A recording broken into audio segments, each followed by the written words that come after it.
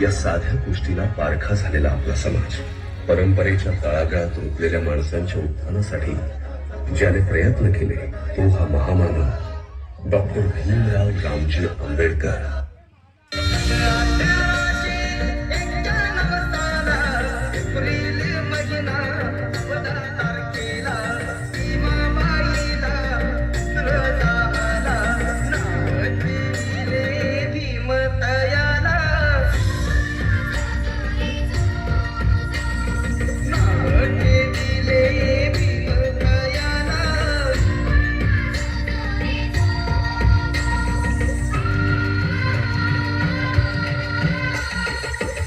या महामानवाने आखलेला हा बुद्ध मार्ग आपल्याला पुढच्या हजारो वर्षांच्या वाटचालीसाठी दिशा दाखवत राहील.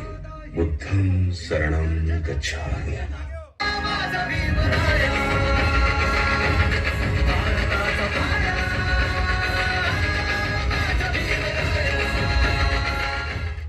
संपूर्ण आयुष्यभर त्यांच्या मागे खंबीरपणे उभ्या राहणाऱ्या त्यागमूर्ती म्हणजेच त्यांच्या पत्नी माता रमाबाई भीमराव आंबेडकर. आज मी तुम्हाला त्यांच्याबद्दल सांगणार आहे.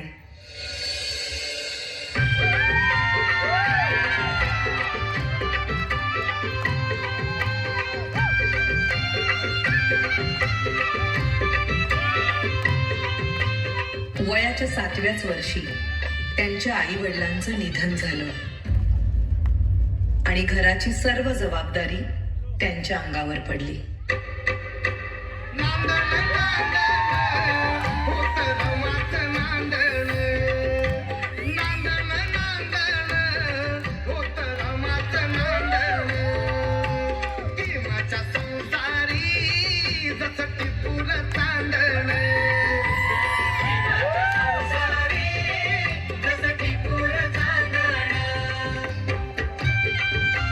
त्या काळी बालविवाह ही प्रथा प्रचलित असल्यामुळे वयाच्या 9व्याच वर्षी त्यांचा विवाह भीमराव आंबेडकर यांच्या बरोबर झाला.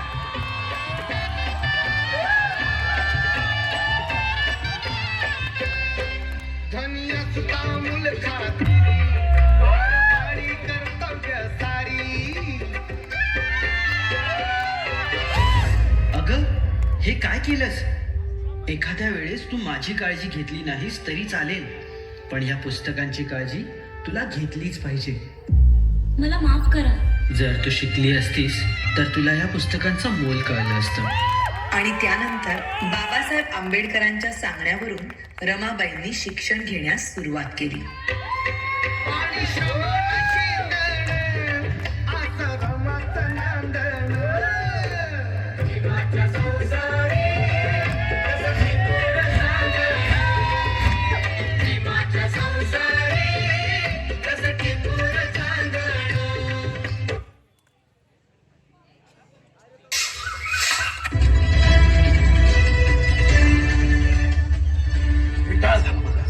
शिव शिव शिव शिव शिव शिव शिव शिव शिव.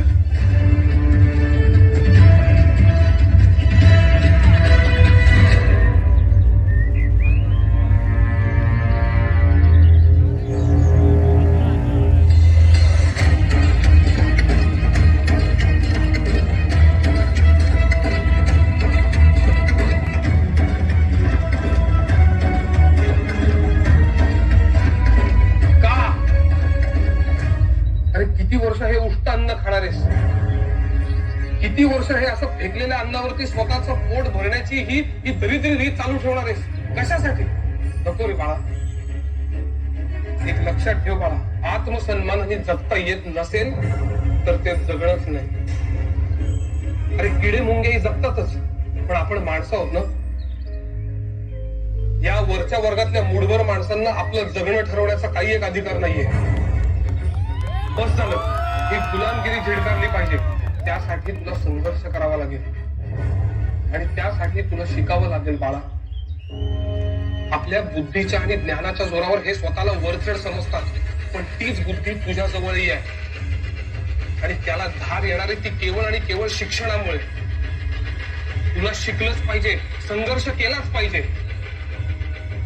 तू स्वतःचं आयुष्य बदलू शकतोस हे लक्षात ठेव बाळा. शिकलास तर हक्काची भाकर मिळेल.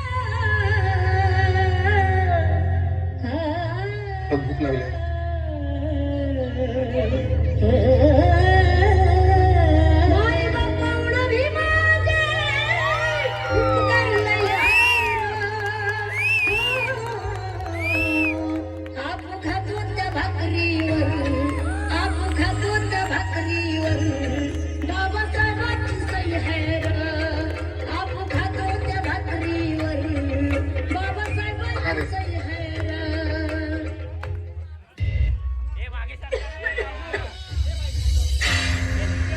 लक्षात ठेवा, या वेळेला जर का पोरगी होणार असेल ना तर आत्ताच ते पाडून टाकायचं पोर. या वेळेला मला नातूच पाहिजे. अहो आई, आता यात माझी काय चूक? आपल्या खानदानाचं नाव काय तुझ्या पोरी मोठ्या करणार आहेत का? एक लक्षात ठेव, पोरगा झाल्याशिवाय मी तुला थांबू देणार नाही. अहो पण मला त्रास होतो त्याचं काय? नाही सहन होतं आता मला. कधी एकदा आंबेडकर साहेब तो कायदा आणतील ना असं झालंय मला. नाव पाडू नकोस त्या आंबेडकराचं. आंबेडकर साहेब, काही करून या सगळ्यातनं आम्हाला बाहेर काढा. पोरं जन्माला घालायची आणि चूल फुकत बसायची, यातच दिवस चालेत आमच्या बाईच्या जातीचे. साहेब, जिवंतपणी मरण यातना नाही सहन होत आता. आपल्याला मूल होऊ द्यावं का नाही हा निर्णय घेण्याचं स्वातंत्र्य प्रत्येक स्त्रीला असणंच पाहिजे. कारण गरोदरपणाचा, बाळंतपणाचा आणि मुलाच्या संगोपनाचा सगळा भार हा स्त्रीवरच असतो. त्यामुळे कोणत्याही कारणाने जर एखाद्या स्त्रीला मूल होऊ देण्याची इच्छा नसेल तर तिला गर्भधारणच टाळता येण्याची सुविधा असलीच पाहिजे.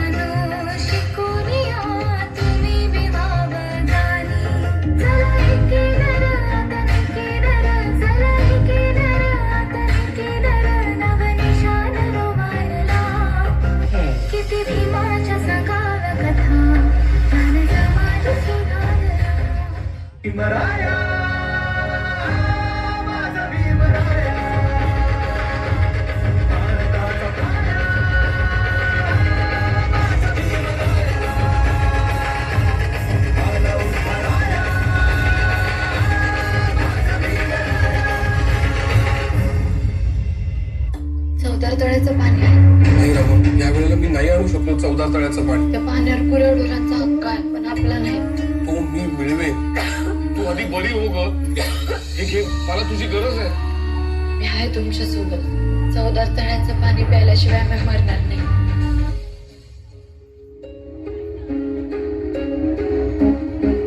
आपण समानतेसाठी पाण्याला स्पर्श करणार आहोत. प्रश्न पाप पुण्याचा नाहीये, प्रश्न आपल्या हक्काचा आहे. चला.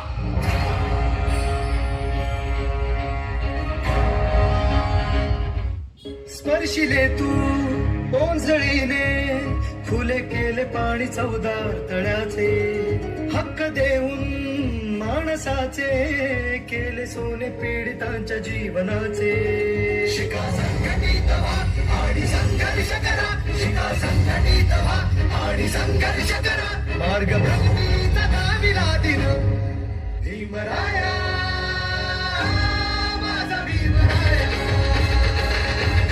भारताचा तारा, माझा भीमराया. माझा उठाराया, माझा भीमराया.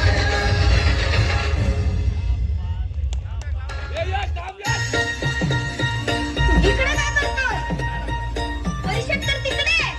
तू इकडे काय करतोय? तुझे आई वडील कुठे? ते तिकडे उभे. तुझ्या एवढीच ते. ते पण तिकडे उभे. चल. तो येतो. पण मला सांग, तुला भीती वाटत नाही का? मागच्या वेळेला इकडे हल्ला झाला होता. कसली भीती? आपल्या लोकांची. हा, ते तुला त्रास देत नाही? लई त्रास देतात बघ. मेलेलं जनावर ओढत नाही म्हणून त्रास देते.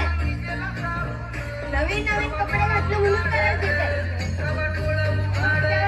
माझ्या आई-बाबांना डॉक्टर बाबासाहेब आंबेडकर यांचं भाषण ऐकलं.